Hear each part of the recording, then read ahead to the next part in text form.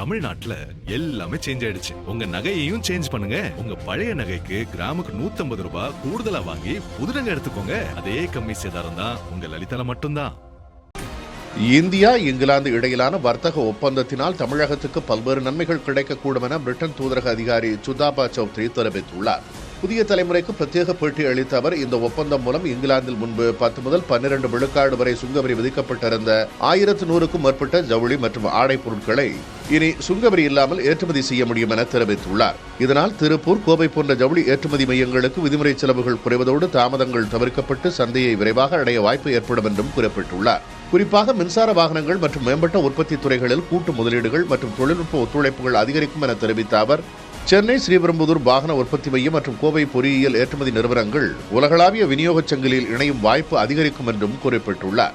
தோல் பொருட்கள் மற்றும் காலணிகளுக்கு முன்பு 16 விழுக்காடு வரை இருந்த சுங்கவரி முழுமையாக நீக்கப்படும் என்றும், இதன் மூலம் வேலூர் மற்றும் ஆம்பூர் தோல் தொழில் மையங்கள் வலுப்பெறும் எனவும் அவர் தெரிவித்துள்ளார்.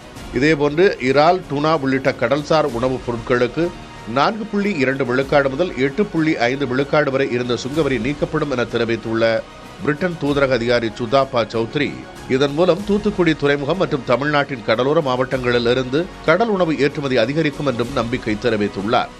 For India, 99% of its exports into the UK will get duty-free status from entry into force. Now, the impact of this will be cuts in the compliance costs, a reduction in delays, and this will enable faster market entry for places like Tirupur and Coimbatore. So tariffs on telecom equipment, monitors and optical fibre cables will be completely eliminated.